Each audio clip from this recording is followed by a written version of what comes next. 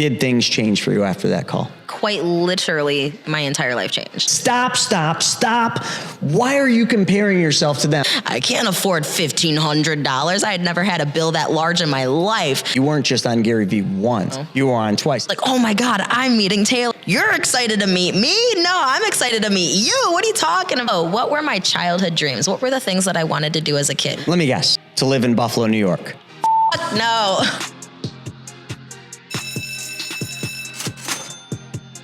What's up, everybody? Chris Naugle coming in from the Money School podcast. And if you don't know by now, this show's all about you taking back control of your money by you becoming your own bank. And that's what we're going to talk about today. We're going to talk about money. My guest knows all about money, but in a different light. We're going to hit some really fun things. Like if any of you are Gary Vee fans, you are going to love that. So let's dive in. Taylor, welcome to the show. What's up, Chris? Not much. It's been a hot minute. How long has it been?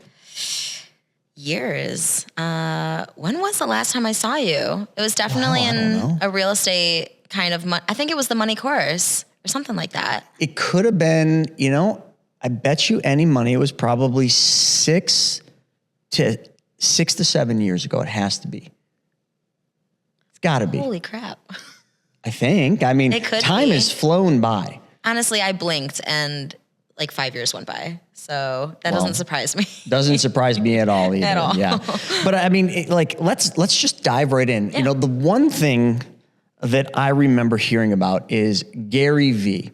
You had a call with Gary Vee. I need to know more about this. So right before this, I went in and I watched that first call you had with Gary. Mm-hmm. It was freaking phenomenal. You were like 23 years old, but you know what he said to you? He said, you're telling him all the problems and you're like looking at the Kardashians and all these other like celebrities. And he's like, stop.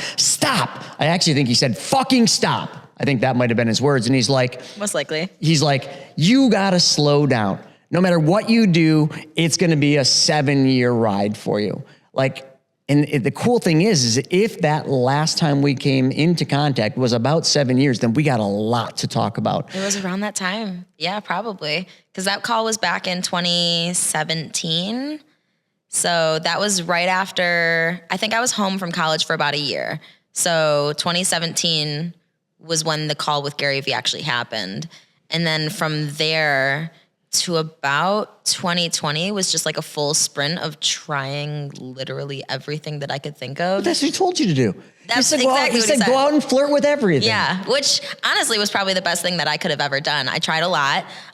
It's funny because sometimes I'll get like 1 or 2 occasional DMs of just people straight hating on me, saying, you've done nothing since that call. And I think it's hilarious because I tried so many things, but I think one of the, core pieces of my personality that I think works so well is that I literally can move on really quick when I figure out that it's not what I want to do.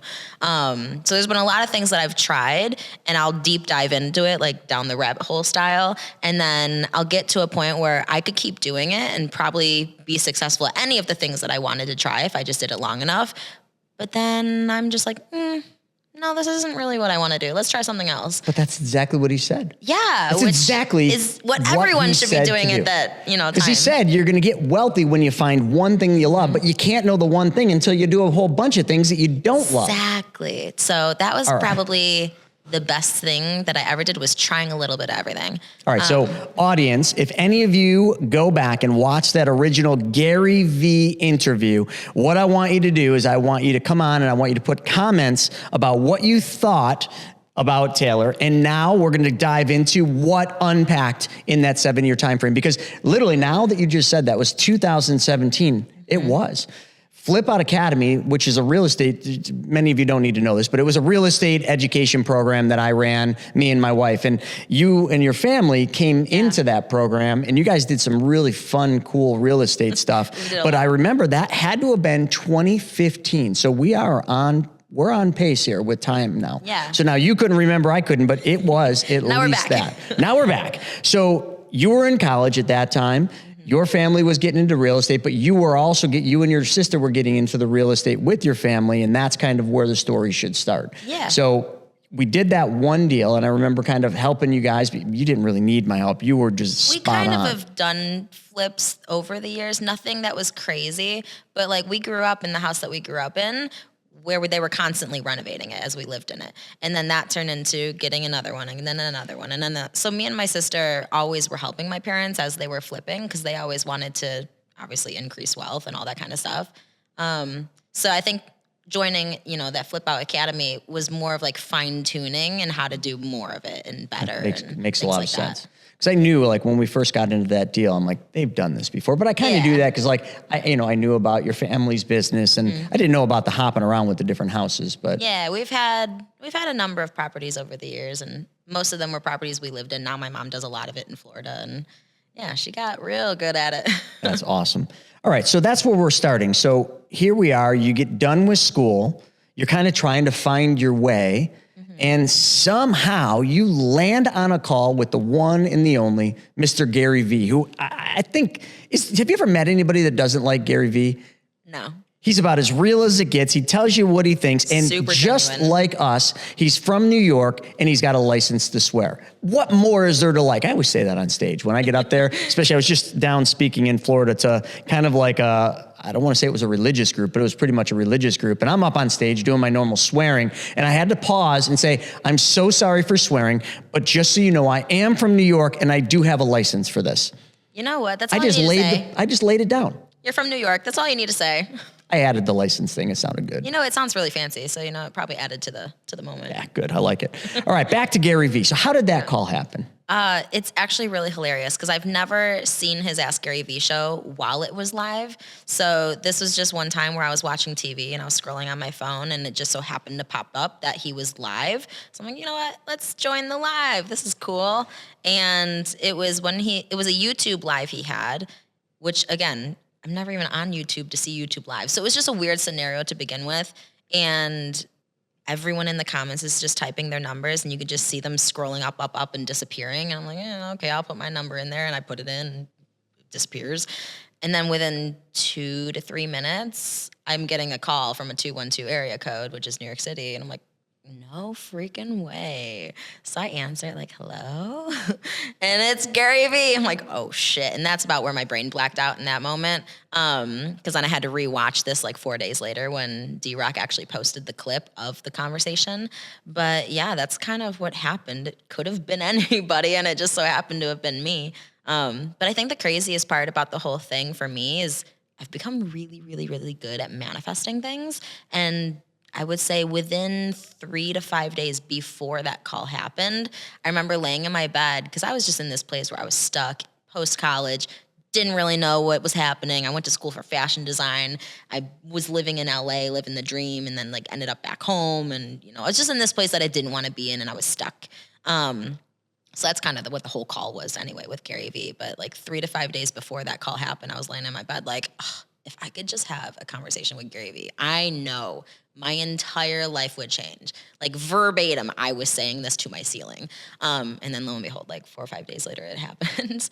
So I got to ask this question, and we're going to get into the call a little bit because there's some vital things we need to talk about. Because we're going to talk about wealth, but we got to get back to the cause of what you learned from that call. So you're sitting there manifesting this. You get on a call with him. Did things change for you after that call? Oh, yeah. Everything. Okay. Quite literally, my entire life changed, which That's was amazing. exactly what I had prayed for, I guess, for say like 4 days before.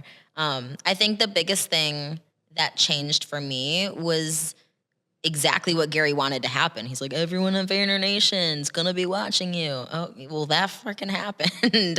And I think the pressure of that just catapulted me into, I have to make action happen. Like, I can't just sit here thinking about what I want to do anymore. At this point, it's like, all right, let's follow Gary's advice and try everything and see what the frick happens. But before we do that, let's talk about that. Like, let's get into the call. So you get on the call and you're pretty much saying exactly what you are. You're like, you're stuck. You just graduated. Yeah. You're like so many other, folks that graduate from college. You just don't know what's next. And you're trying to like fast forward and like, I just want it all to happen now. And what was it that he said? Do you remember? Something like, you got to slow down, like eat shit. And, his famous words are eat shit. And, just freaking work, like hustle, That's what he like did do say. things. And I mean, that's kind of like his core mantra as well, to tell everyone, but it was true. Like, the biggest way to get out of the rut is to get into action, which is something that I learned, through listening to all kinds of different masters like Tony Robbins and stuff. But that was probably the biggest thing that I could have done. And he put the pressure behind it to force me into it, which thanks, Gary. But yeah, that was kind of the biggest thing. Was I just started doing things. I didn't know what I was doing. The very first thing I did was, oh my God, I have to make a website. I've never made a website in my life before. So I made a website, and I was like so fancy. Same website that you still use today? No. So that website's been under construction for a couple of years. It's just thefabulousjourney.com, which And that's honestly, your IG. that's handle. my IG handle. Yeah. So I haven't done anything with the website in a really long time. I used to have a vlog. I used to blog more.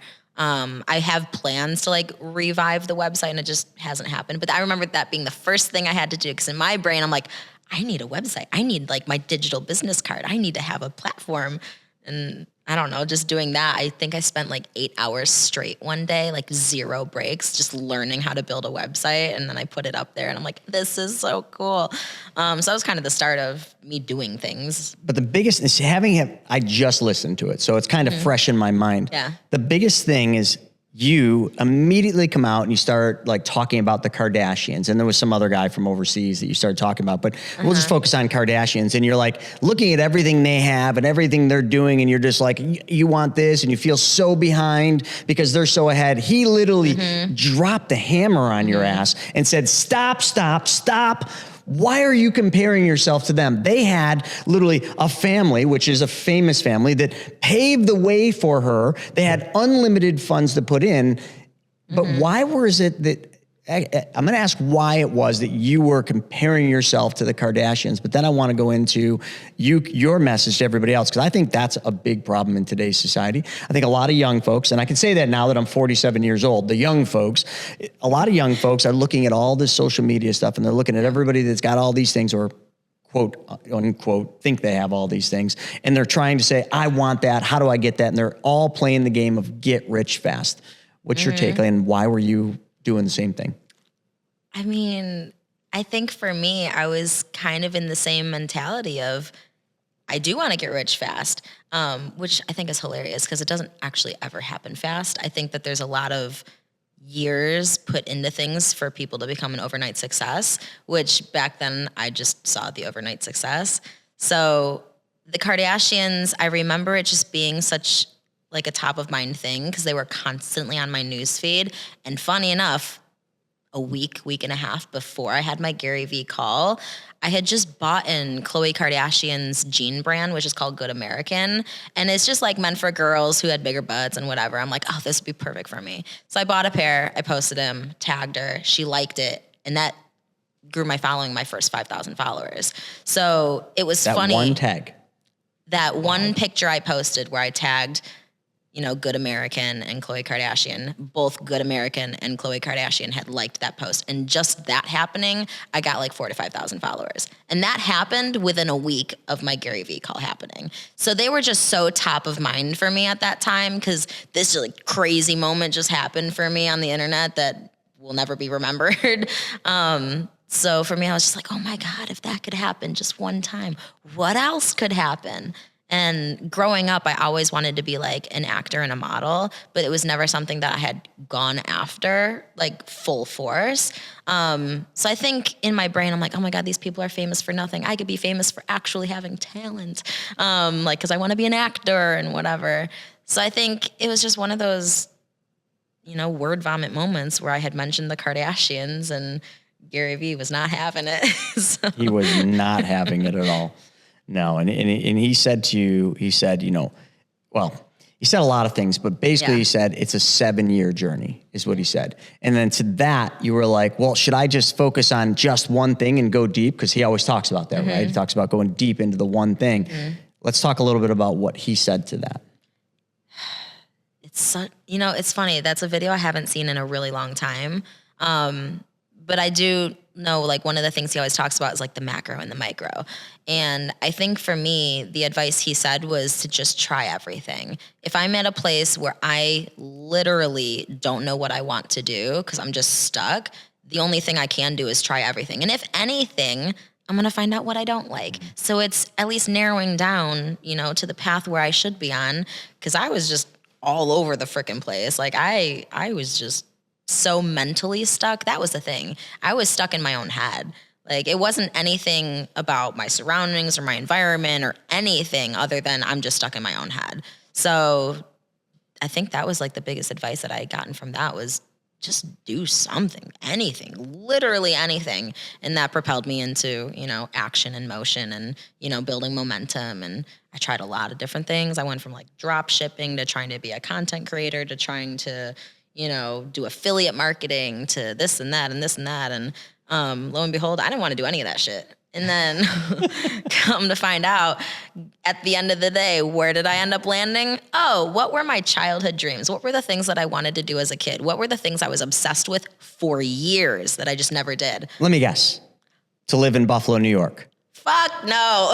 Oh my God. I still don't want to live here. Let's talk about that for 2 seconds, because a lot of the audience, you know, when they hear Buffalo, like, why the hell are you there? And sometimes you got to ask yourself, now it's beautiful out. I mean, we're in fall. It's surreal how pretty it is. But, you know, I just landed from Florida. I was out there speaking, and I was only there 3 days. And, you know, before I left, the weather was gorgeous. What the hell happened? The weather's bipolar. Freezing out. Fall in Buffalo is so bipolar, which, by the way, I didn't want to say anything, but it's kind of cold in here right now. Studio. Hey, So we got something like a hoodie or something back there? I mean, can we find a hoodie? You do? Stop. Okay, because I was actually really cold. And I'm like, I don't want to say anything because I'm going to be a trooper here. But no, Buffalo is so bipolar that you never know. You could wake up one day and it's like 60, 70 degrees. And then the next day it's like 40. What other place does that? Buffalo. I don't know of any other place where it does that. For real, though. Where were we? Talking about Buffalo, but where did I transition from there? We were talking about how you were flirting with a lot of different things, and you figured out all these different things you did. You didn't like them, and then I said, basically I brought up Buffalo because when people are in Buffalo, I'm like, why are you still here? Yeah, it's a funny thing. I didn't even want to come back to Buffalo when I originally moved back after college. It was just one of those things where first I went to college in LA and I absolutely loved LA.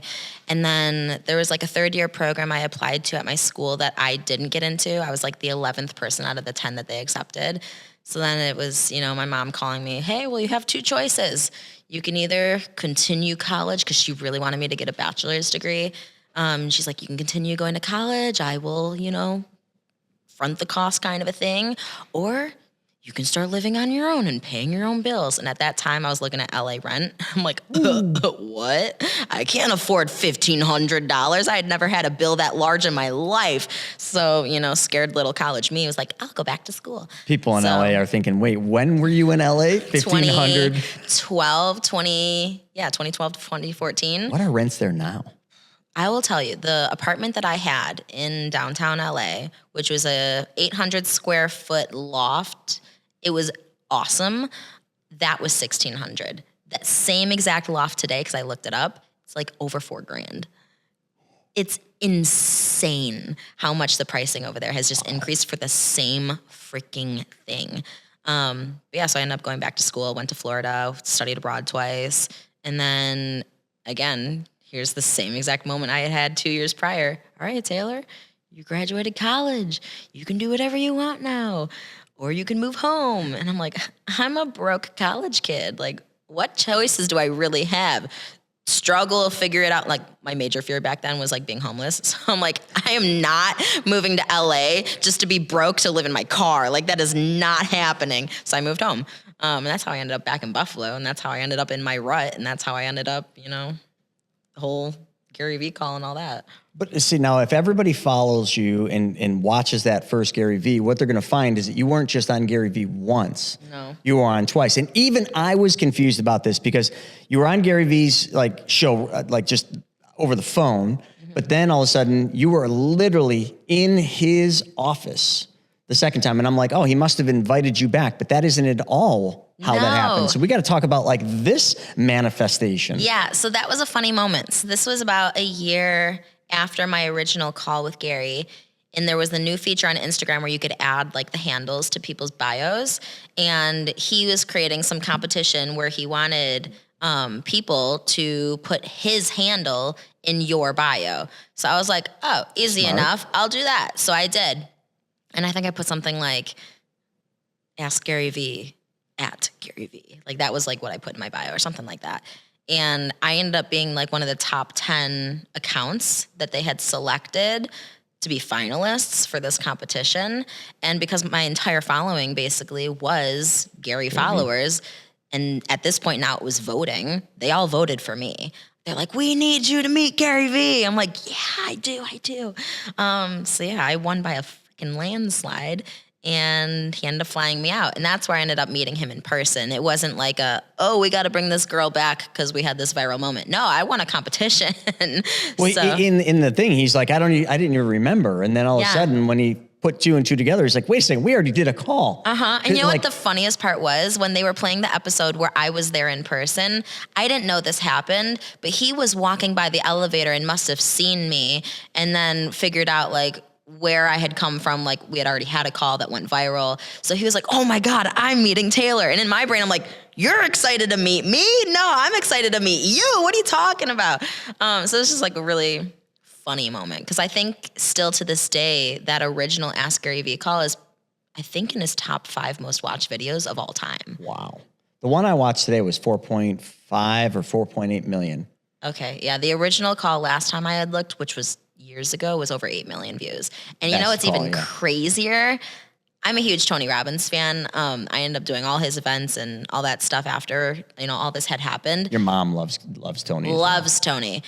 My call with Gary Vee has more views than Gary Vee and Tony Robbins call, which to me just blows my mind because Tony Robbins is like the freaking master of like life and guru, whatever. So the fact that my call had more views than Gary and Tony's call just blows my mind. So now comes the question, because in that first call, that was 7 years ago, might even be 8 years, but we'll go 7. Close. And in there, he told you to flirt with a lot of things and find your one thing. So literally it's been that 7-year like time frame. So what have you done in 7 years? What has worked? What has not? I know you've traveled a little bit. Traveled a lot. I think I tried a little bit of everything in the business space. Like the thing that I think most people associate with Gary is like entrepreneurship, and a lot of the people try to create online businesses, and I tried all of that. I tried, doing affiliate marketing. I tried getting an Amazon shop set up. I tried drop shipping. I tried creating my own clothing brand. I tried, everything.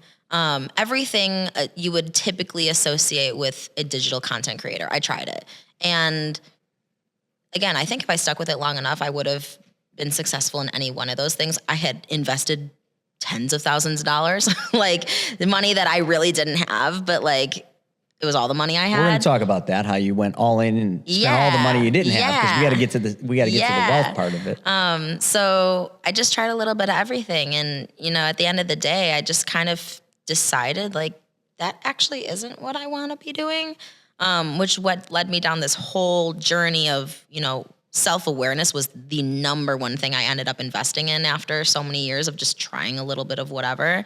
And I got real crystal clear on what it is I wanted to do, which kind of led me back to what I wanted to do as a kid. So I started to go deeper into, acting, and that's after 7 years.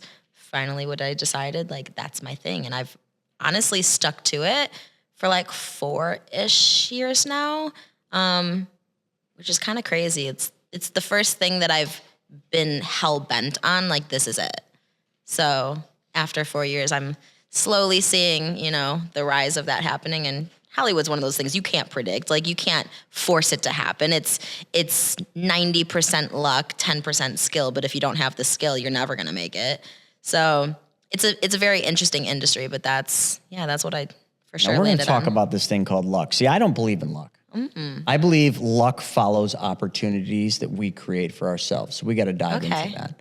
So let's talk a little bit about why do you think luck played its part into it, or why do you feel luck is part of like making it in Hollywood and showbiz? Yeah, I think it's funny because I think a lot of people think that luck is just one of those things that you don't have any control over, and maybe you're right. I think there is a large chunk or piece to luck that is manufactured. It's like something that you are doing to create the luck. It just doesn't, plunk out of thin air. There's a lot of things in my life that I've been able to manifest where others would say that I was lucky. And I think I was just really, really intentional with what it is that I wanted.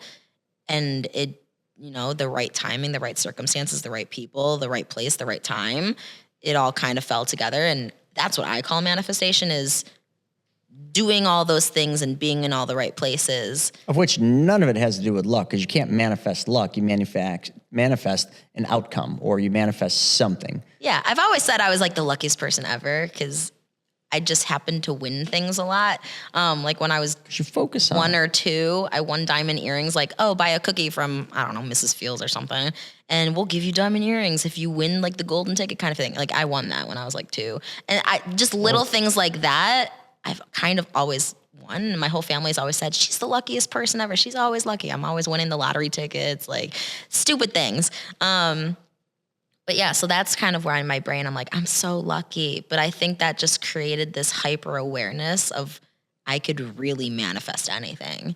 And then I got really intentional and learned, all about that. So when you think of showbiz in Hollywood, right now it's got a really big black eye. I mean, there's a lot of things in Hollywood. I mean, Hollywood literally to me is dividing, and you kind of had two sides of it, and we're going to probably see a lot more of this. Like now you've done some stuff, and I want to get into that, but did you see any of the stuff that we're seeing? Like, and listen, we're nobodies just watching TV, but I'm see still it. a nobody in Hollywood too, and yeah, I've seen some shit. Yeah. I've seen some shit. I don't know if we want to go there. I mean, a lot of what you think happens. Let me just come right out. Justin Bieber, how did he make his big break? I think he was an extremely talented kid, and he got discovered, and that just catapulted him. I think, being a little cutie pie and having talent is, the top 2 things that you need to make it in Hollywood. And then the third piece is having someone who's already in Hollywood who's up there, help you get there. Yeah, which is where he kind of got a really big break. Now, he was wickedly talented. I remember that first time, like his song went online. That's the one that broke him. Like that's where everybody learned about him. But then someone famous in that space did recognize him, took him under his wing, and that's where things get a bit weird. There's there's a lot about that. About that. I mean, I've become one of those people who believes a lot in the conspiracy theories. What some people think are conspiracy theories is very real for others. So, I mean, for me, I've definitely gone down some rabbit holes, and yeah, a lot of the things that you think wouldn't happen. When you were trying to make your way in showbiz, which you still are right now, right? Yeah. Did you see any of that? Yeah. So there's definitely been times where I've been offered, PR stunt relationships. Someone offered me like a 6-figure salary to be like his fake girlfriend, and in return would give me like a 3-movie deal. And, that whole thing just, it's already sounds bad. Yeah. So, I mean. Fake girlfriend. Yeah, but I had to act like the real girlfriend. I couldn't make it known. And then when I would ask questions or ask details, what do you mean? How would that work? Blah, blah, blah. He would get very aggressive and like, oh, I'm in charge of that. It got really sticky and really messy. And it's funny because there's 2 main casting websites that, most people submit on. It's Actors Access and Backstage. Those are like the top 2. And Backstage already sounds bad. Backstage was my favorite at the time. And that's where I was getting a lot of my, short films and student films and TV shows and things like that when I first started. That's where I was getting all of them. And this one experience that I have with this one director just kind of ruined that for me, where I reported him. I did. They were like, yeah, this is not okay. And they removed him and all of his listings off Backstage. Oh, wow. So, I mean, it's not something that they mess around with, but it's also one of those things that like, it's just sticky. It's grimy. It's it's a part of Hollywood. So Yeah, I guess it is. And now the level that you got in Hollywood, I mean, were they paid roles? yeah, everything that I've done was paid except for when I first started, like smaller student films and short films locally. You got to build a Yeah, you got to resume. build a resume, and that's just part of the industry. Like, there's smaller roles and smaller gigs that you get to start to build experience and a resume and whatever. Most everything that I've done has been paid. Like, one of the first things I ever did was just being an extra on a huge movie that was filmed here in Buffalo, and just being like an extra in the background. You had full hair wardrobe because it was a period piece, so it was back in like the 1800s. So we had to wear the corsets and, you know, the hairdos. Oh, it was the coolest thing ever. So even having that as a first experience, I think I was paid like $3 or $4 grand overall for like the 12 days on set that I was on. Like for me, I was living the dream and I was a nobody in the background. Okay. So I've definitely gotten more since then, and recently just went to New York City for an ABC show that I don't think I can talk about yet. But yeah, so we're doing more things. We're doing better things. I just signed with a new manager. Got a contract for a new agent. So things are happening. It's just, we're not there yet. So in that thing, Gary said, you know, when you find the thing you love, which sounds like you did, you go deep. So anybody watching this, like what would be, because there's a couple things I want to hit on that. Number one, the focus and attention you have to put onto that one thing. What did you give up? Like, what are you willing to give up, and what did you give up to have that focus? And number three, in your field, like, how do you fund all this? Because I mean, listen, That's like the toughest that journey part. is right. All of them. Like you know, when I was trying to be a pro snowboarder, like I had to fund my way into that, like traveling and everything. And you just do whatever it takes, but it always has a financial aspect Oh, of where's the money 100%. going to come from. So people watching, they're like thinking all these different things. All right, how do I do this? But there's those barriers. Yeah. So let's dive into a couple. I think the biggest one at first is the mental barrier. Like when you decide you want to do something about the human brain, and it's like the primal brain or whatever, it has a hard time changing. And that was probably the biggest leap that I had to make. Was I made the decision in 2020 when the world had stopped, and, you know, world's gonna end anyway. Why not, you know, do something we love? So that's kind of where my brain was at. And deciding to go all in, it was a hard decision, but it was like an easy decision at the same time. Like, this is what I want to do, so why would I want to do anything else? So that was the first thing, was the mental barrier, saying yes no matter what. And it's actually something that Tony Robbins talks about, where you know you found your thing when you would rather die than not do it. And I remember when I heard that at one of his events, it just really clicked with me. And to be honest, I'm actually to a place where I would rather die than not be an actor. And I think that level of absolute certainty is the thing that will drive you through the harder times. And the harder times are a lot of the financial bits. Being an actor is not easy. It's not for the faint of heart. It's not something that you can decide and like you just pop off in a couple months. Like, it just doesn't work that way, except for maybe the like select one or two who it does happen. The first thing they audition to is like a huge role. Sometimes it could happen, but not very often. So it's one of those things that you have to commit to. And there's a lot of financial bits, like paying for headshots, not easy. I just went to LA for new headshots because I decided to level up, and your headshots are what get you hired. I just paid $1,000 for them. Like plus the trip out there. So it's not a cheap industry to be in. And yeah, the financial bit's been a little tricky for me, but I always seem to figure it out. Any tips to anybody watching on how they're going to finance their trip? I think being really smart with your money is one thing. Like, I have a lot of different avenues that I invest in. One of them being, you know, the life insurance policies. That is like my own self-banking system. I do that, which, you know, I do take my own loans out, and it's great, and it helps. I remember when you were first learning about that. I thought it was the coolest thing. It was so cool. I've had that for probably close to 5 or 6 years now. Easy been that. Your policy is very mature now, and it's really starting to just click away. You're at that efficiency point. So I've been using a lot of that. Not even gonna lie, I've used a lot of credit cards. So yeah, credit cards a little bit. But honestly, it's one of those things where when I find that I need to do something, where like I got this job in New York City where I was, you know, doing a one-day ABC thing. And it was a $300-ish flight to get there. And at the time, I was like tapped out. I'm like, I gotta figure it out, because the payday was like $1,500. So I'm like, it's gonna even out once I finally get my check in. It's worth it, but I don't know. I just always seem to figure out and find the money. Like if I need it, I make it happen. And I think that's also a mental, not exercise. It's a skill. I think it's a skill that you have to learn to be able to say yes and not figure out how yet. And I think that's something that Gary talks about too, is don't worry about the how. Yeah, he talks about that all the time. Just figure it out. Yeah. So, all right. One of the things that is just going through my mind is a lot of people when they find something like all those different things you flirted with, like digital media expert and all those different things, right to now you're trying to, get into showbiz or Hollywood, if you will.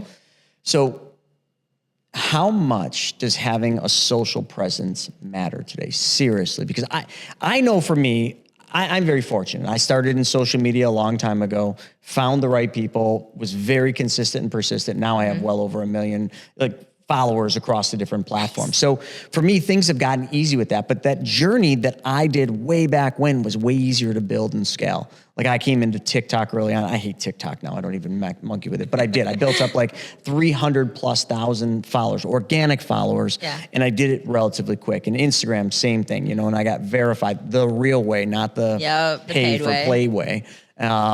But I just feel like the game has changed. It has. Because I know even with my stuff, building my stuff is really hard. Now it's more almost like we have to play defense with our channels. I'm paying now not to build it, but to get rid of people that aren't actually contributing to my channel. Yeah.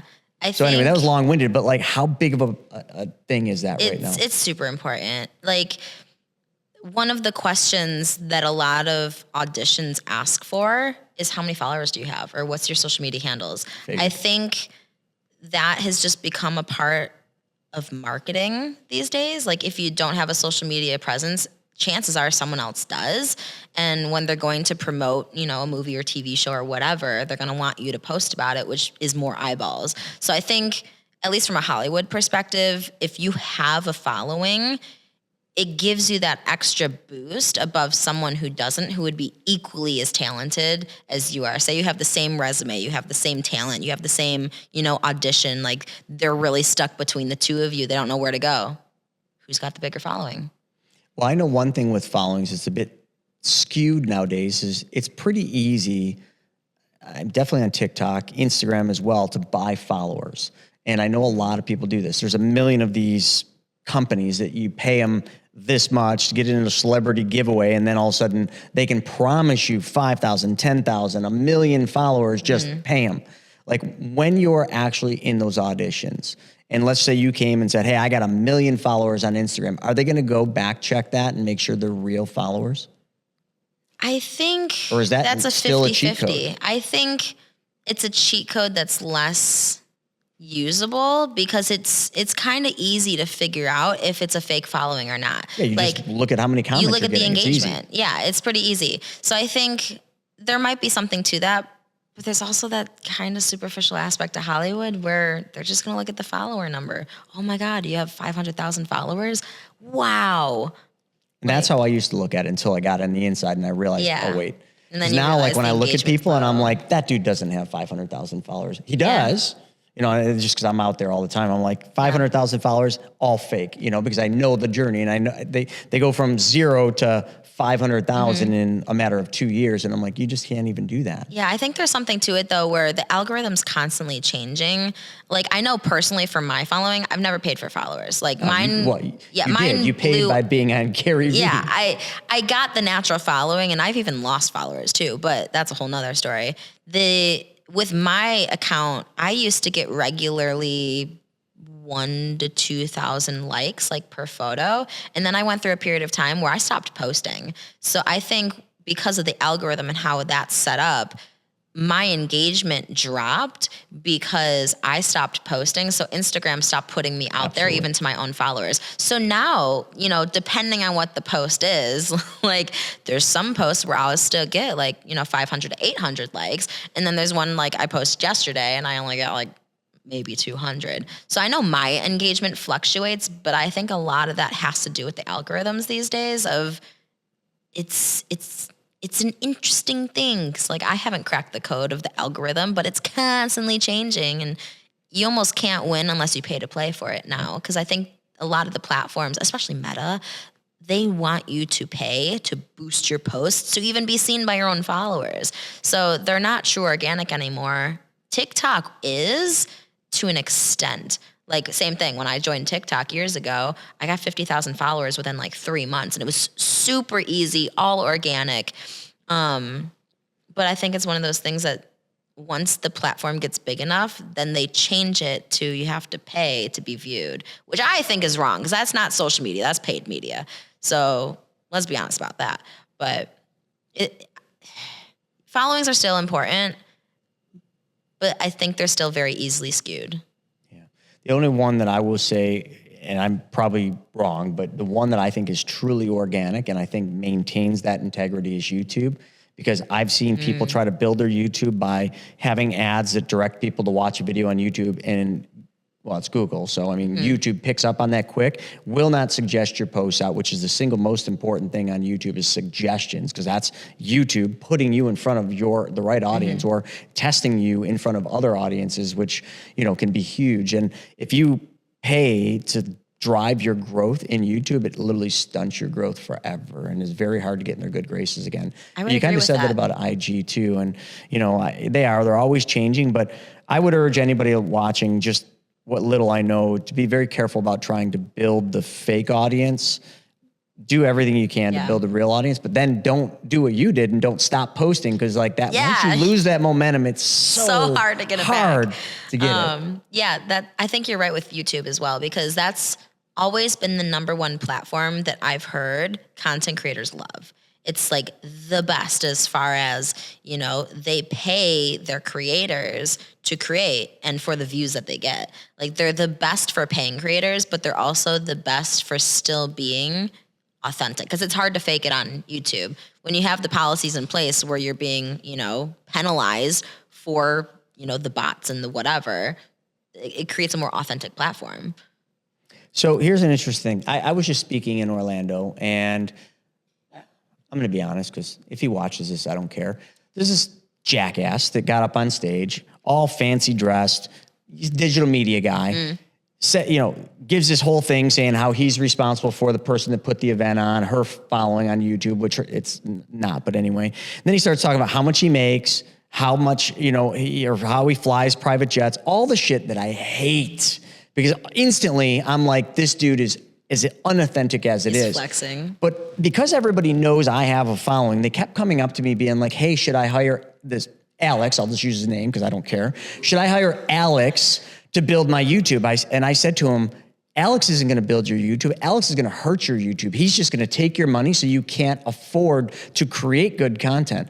And then I said to one person, and I just want to run this by you, I feel like I understand YouTube, and I feel like I understand what YouTube is. And I'm going to take and date myself even more, but you watched HBO, right?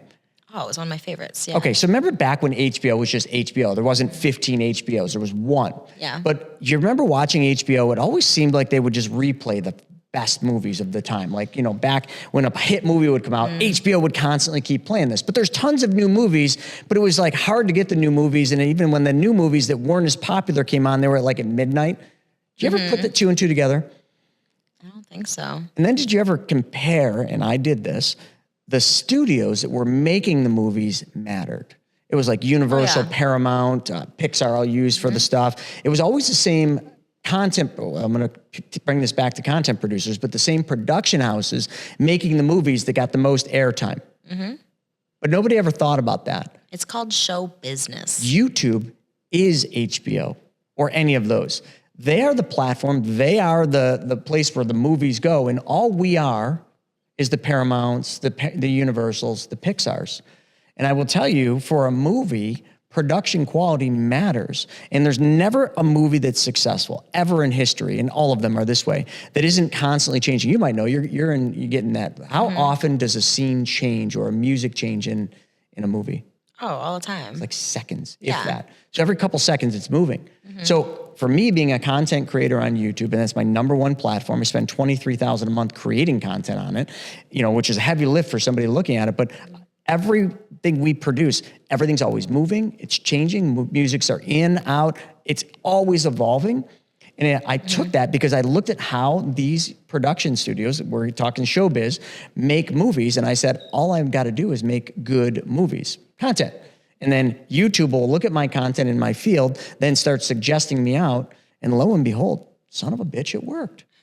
Shocker. That's how I look at YouTube. And if you look at it any other way, like you're looking at it wrong. No, I and totally then agree. put money behind marketing your show, but don't pay people to watch your movie. Put your movie in bits and shorts on other platforms and just tell them where it is. And they will find the right. I think people are always trying to drive people to the exact source, but people are so smart. They'll figure it out. They'll find out how to go. Don't even tell them. They'll find you. I agree. And what's funny? Podcasts are made for like audio. I always seem to go back to the YouTube videos of podcasts. Every single time. I want to watch it. I want to look in their eyes. I want to. Do you ever do this with anything on YouTube? Like you're looking at the person talking, but a few seconds later, you're like, what's behind them?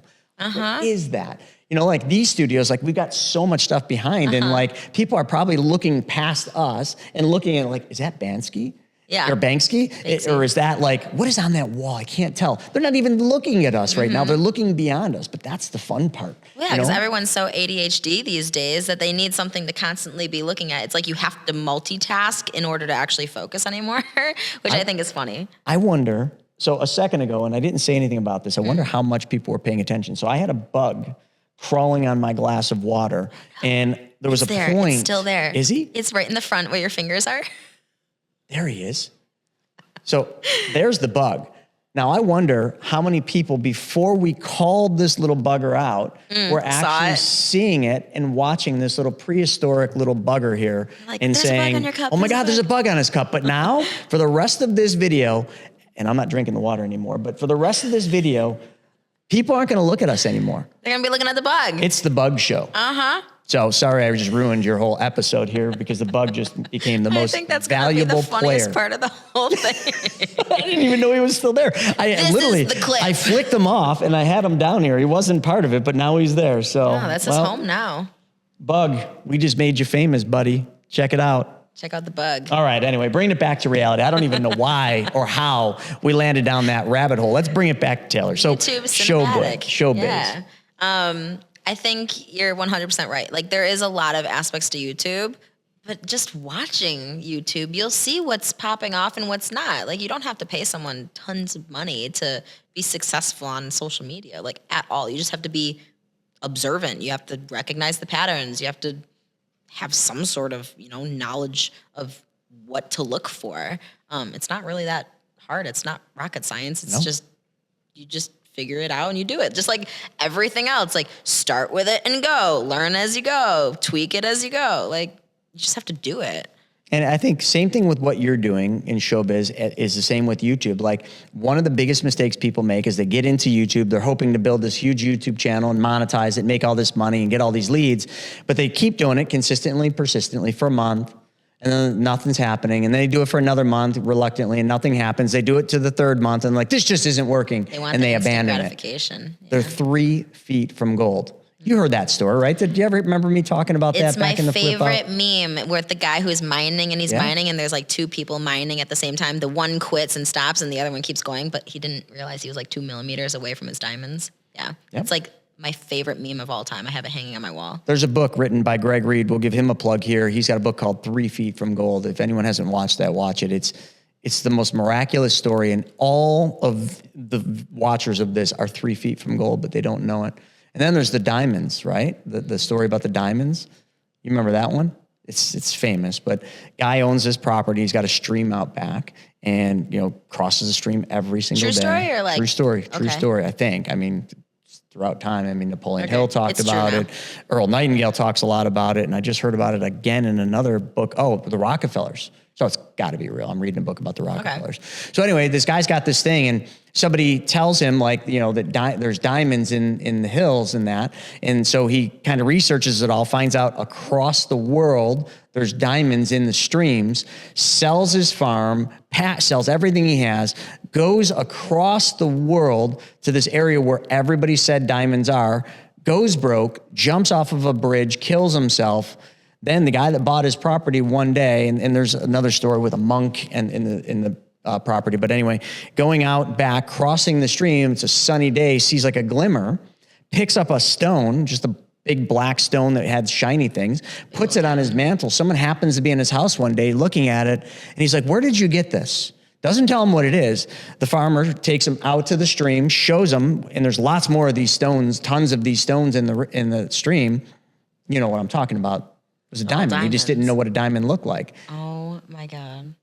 Those acres of diamonds were under his feet the entire time. And in life, our acres of diamonds are under our feet, but yet we're always chasing and thinking the grass is greener somewhere else, where the grass is the greenest right where we are. Mm-hmm. We just got to dig another 3 feet or look, because the things that we're looking at aren't what we perceive them to be. Mm-hmm. I 100% believe that. That story, I cannot undo that story in my mind. I feel like you have mentioned that story to me before, and I just forgot it. it. I talk about it all the time.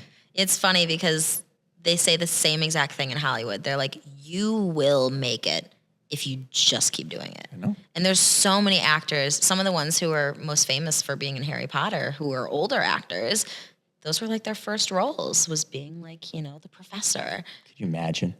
You've been an actor for 20 years, and then one day you end up being on Harry Potter. Like, you never know. And there's so many, like John Krasinski is another one. He was about to quit acting altogether and move back home, and he ended up making a phone call, I think, to his mom. And his mom's like, you know what? Instead of moving back home, you know, now, why don't you give it the summer?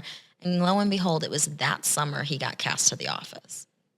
No way. There's so many stories, if you just look for them, of actors who have literally been trying and it wasn't happening, and they were this close to quitting, and someone told them not to, and it was that moment that they actually got that big role that changed their life. And I'm sure that's going to be your almost story every too. time. Oh yeah, you won't quit. You'll just keep going. You'll keep using I'd rather die that than infinite quit. banking concept just to keep funding this stuff, rack the credit card up, pay it off, recapture, and all that. Pretty much. All right, so let's go a little bit deeper, because we've kind of hit all the surface stuff. What have been your biggest struggles in this journey? Or has the whole thing just been a struggle? I mean, there's glimmers of like, oh my God, this is awesome, but a lot of it is struggle. Like, big example. I finally decided I was going to move to LA. I was going to make the big move, make the big investment. I had saved up some money. I had about, if I weren't even able to book anything, like not get a job, nothing, I was able to live for like 4-ish months. So I decided I'm going to move to LA, and this was in 2023. Now, by the way, I had a great job working for Tony Robbins. I was one of his 15 top results specialists. Like, I personally managed 20,000 clients of Tony Robbins. Like, I was doing well. It was a remote job. What year was this that you did that again? 2022 to 23. All right. So I'm just seamlessly for the audience putting this whole timeline for about together. A year, I was working for Tony Robbins, and some people that would be their dream. Oh my God, job. And it was for me. It was a dream job. I was so in love with the culture that he had created, not only for clients, but as a company in itself. That to even work for him, to even get the interviews to work for him, was insanity. So the fact that I just kept following up, that's why they gave me the job. They're like, this girl's great at sales. I'm like, thank you. And then, I worked for him, and it was a dream job. And it was during that time where not only working for him, I'm telling all these clients of mine, go live after your dreams. Like, go do the things you've always wanted to do. Why are you stopped? Like, literally, I'm telling this to people every day, and then I'm thinking, I'm not fucking doing it either. Like, I always wanted to be an actor. Why the fuck am I just not doing it? So here I am preaching to all these people to, take the risks and do the things and go after the dreams and build the life you've always wanted. And yet I wasn't doing it for myself. And I'm working for the guy where I'm literally telling other people to do this. So I decided, you know what? It's time. I'm going to quit my job. So I did. I quit my amazing job. I could have easily kept the job. It was 100%. Remote. I could have taken it with me. But I'm like, burn the boats. We're going to burn the boats and go to LA. And it's a long story. But so I ended up going to LA. I moved there 1 month before the strike started. There was a huge Hollywood strike. For who anyone doesn't know, it literally shut the entire industry down. There were no jobs. So now I'm in LA. Strike starts. No jobs. And now I'm like, okay, well, I'll find a job. Like, that's fine. Everyone in Hollywood was looking for a job. There was no jobs to be had because all the actors were getting the jobs. Like, then there was like a surplus of people and actors who had no jobs. And I have never in my life struggled to find a job ever.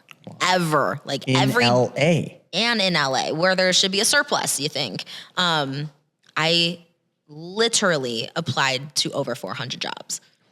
Literally, I counted one day because I'm like, there is no way I'm not hearing back from any of this. None. And I had gotten the job. I got the impossible job working for Tony Robbins. Like, I should have no issue getting a job. Couldn't get a job.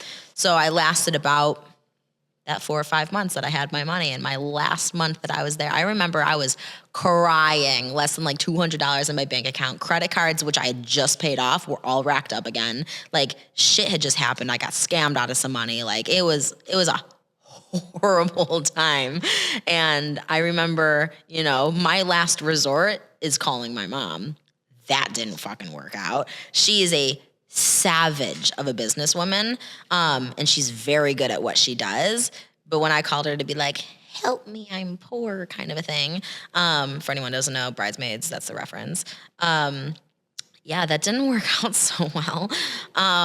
She literally was like, I'm not going to give you a dime, but if you want some advice, I'm like always here. I'm like, that's not going to fucking help me eat.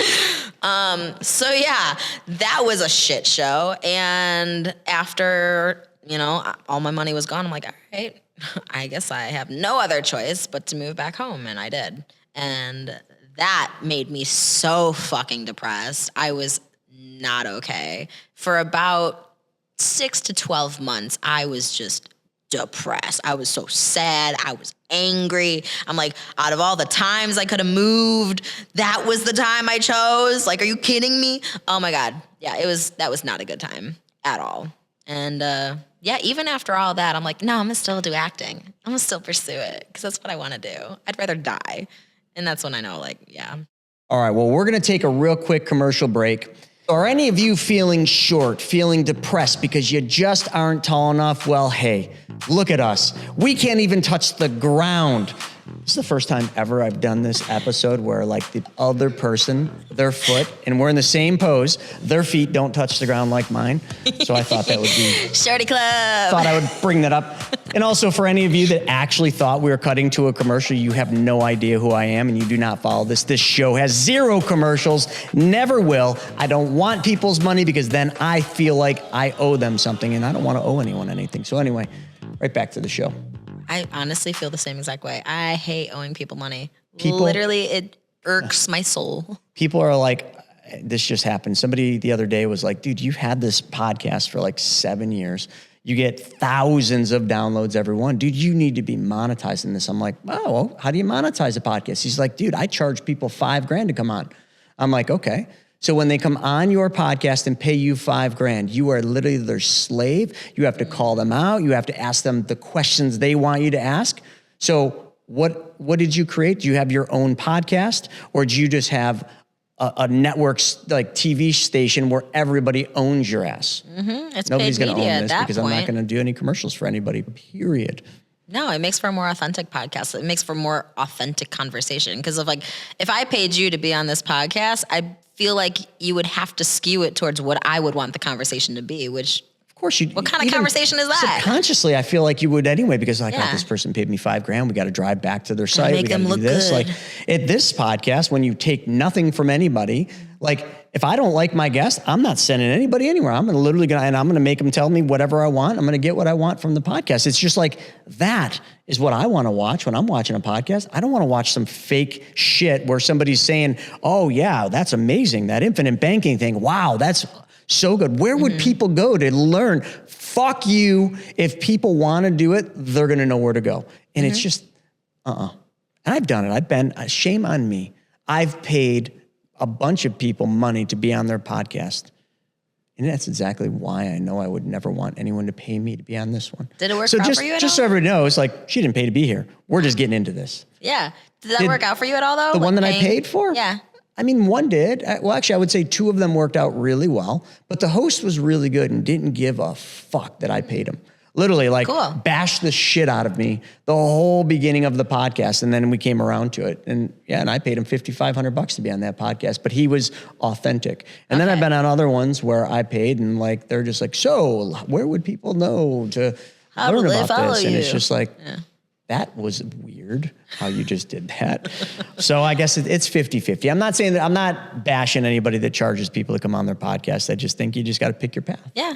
I mean, this works for you and it's a vibe. I'm not going to lie. I keep looking around myself and I'm like, I know. Everybody's still looking. Mr. Where'd the Monopoly bug go? Man Where'd the over bug there. go? Wait, Yeah. what did Taylor just say? Where's the bug? Yeah. Where did the bug go?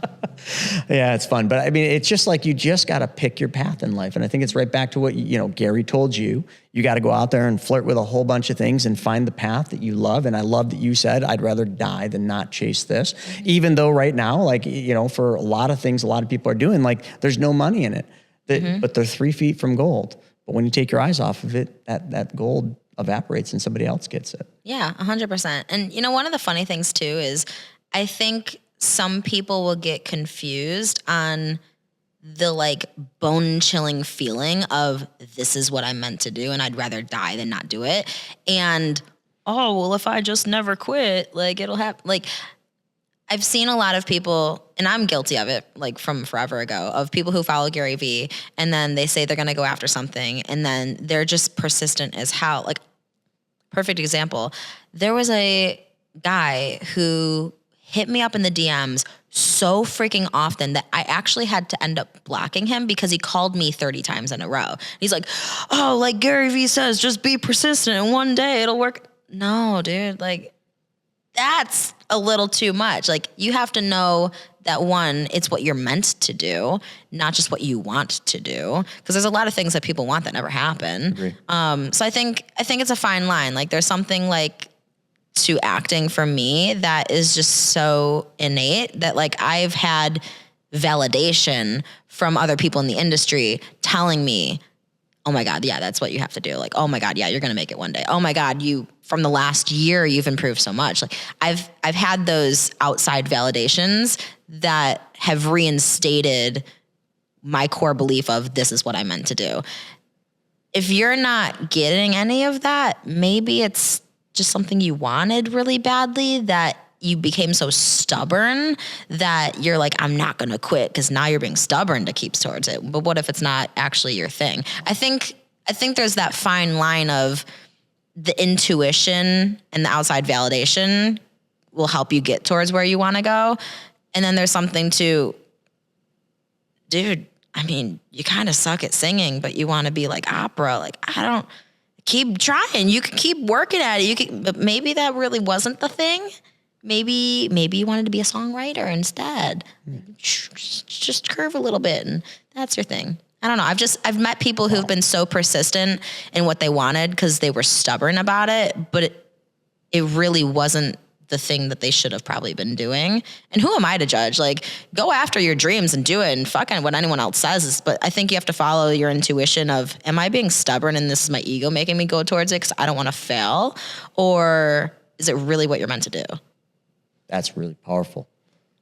I never really thought about that until you just brought that up. And I'm like, I wonder how many people do that. And I guess probably a lot. I mean, if we go with stats, I mean, you went through college. How many years did you do of college? 4? 4. A lot of other folks go into college and they have no idea what they're going into college for, but they're doing it because either somebody told them to or because they're stubborn and they think that's what they got to do because that's what everybody else does. So can we just talk college real quick? I mean, I'm probably one of the very few on this podcast right now that has literally barely done any college. I did 2 years of community college and I literally did it just to learn the things I needed for the business I was already running.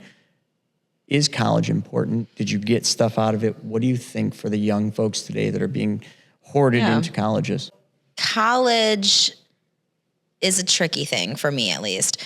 I went to college because it was what my mom wanted me to do.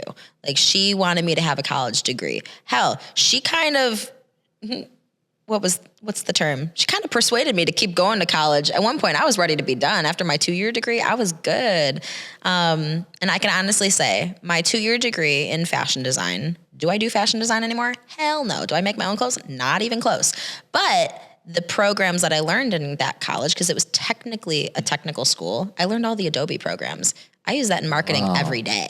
So that degree for me was valuable because I learned a skill set in these computer programs with Adobe that is super fucking valuable, especially in my life in marketing today. I do more graphic design these days than I do fashion design. My second degree, my business degree, don't use a dime of it. Literally, it was for the piece of paper because my mom wanted me to have a bachelor's degree. So personally, I have the experience of half of my college experience was kind of bullshit, and the other half I actually kind of use. But the other fun thing, when I went to my business school, I studied abroad twice because I hated my school in Florida so much that I didn't want to be there. And I'm like, let's go abroad. And those experiences that I had while being abroad, I think were some of the most valuable that I had, but it's just life experience. If I could have done the same thing, taken the money that I spent towards a college tuition and just traveled the world, I would have had probably more of that life experience. So for some people, if you want to be a doctor, yeah, you kind of have to go to school for that. But if you want to do business, I don't think going to school for business makes sense. I think you have to work in business. You have to have life experience. You have to, it's hard to say. It depends on what people want to go to school for, and it depends on, I think from the business side, I wish there was programs where you'd actually go in and do a business of your own, right? And just try to do it. And then when you kind of figure it out, then you go back to school to learn the things that you would need to get your business to the next level. Kind of almost like a Wharton or something where like, if you just started there and you're not going to be an entrepreneur, why did you go there? But then if you were in business or come from a family that's in business and you go there to be able to better the business, I think that could be really valuable. Yeah. I know when my dad went to school, he went for engineering, so totally different, but they had a program where he would do a semester in school and then a semester working. So it was like you learned something in school and then you utilize what you had just learned in the field. That's how it is in just about every other country, right? Is it? Yeah.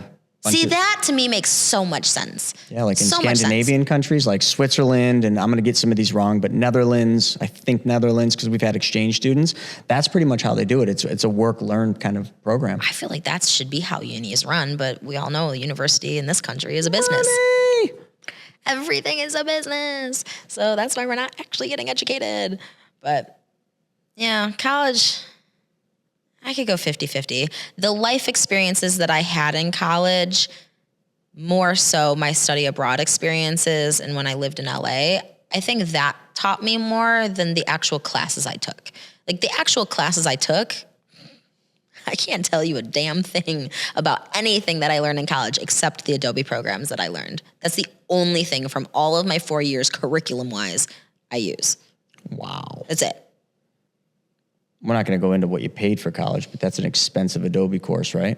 A very expensive Adobe course. I could have literally taken the free Adobe courses that they offer. Because we all know softwares, even all social media platforms. I just finished a Pinterest course, so now I'm certified in Pinterest Academy or whatever. It's all free. I was just going to ask if that cost anything. No, all of these things, Google does the same thing. You want to learn Google Analytics? There's free courses by Google that are just like a curriculum going to college or whatever. They want you to learn their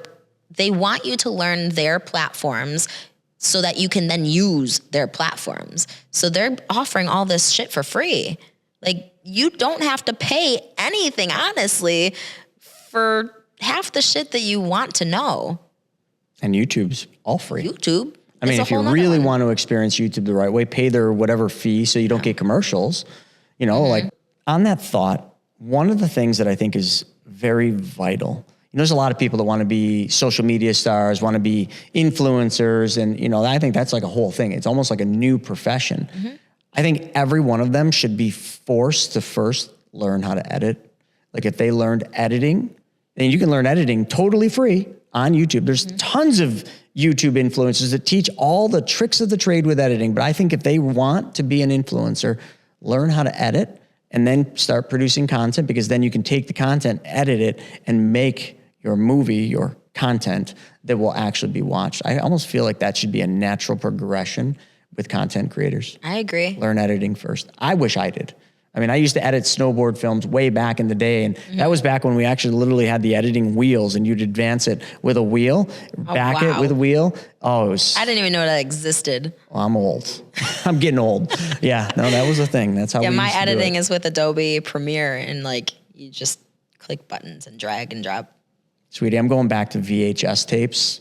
Oh, okay. So my experience with VHS tapes was when me and my sister wanted to record like whatever it was on TV, and we taped over some of our Disney VHSs. You remember that? Yeah, you could tape over them. I think I'm the last of my generation that still remembers cassette tapes and VHS tapes. And I just turned 30. So like that was my early childhood. Because I also was the first generation to experience social media and then iPods and smartphones. And like I am on both sides of the spectrum, but not so much where I could tell you how I did it. I just know we did.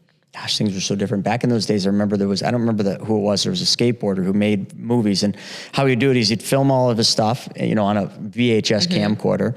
Then how we would edit it was with the rollers. I don't know what you call them, but you just back it. But then he would like go in and take a movie, and he would do what you did. He would record over the movie at certain parts where he would like put his stuff over an actual movie. Then he would cut that and put it into his movie. And that was so cutting edge back there. Now you just do it. You just drop, cut, paste. That's what I did. That was probably, cut. Back then, that would probably be like a 20-hour endeavor to make that one little cut.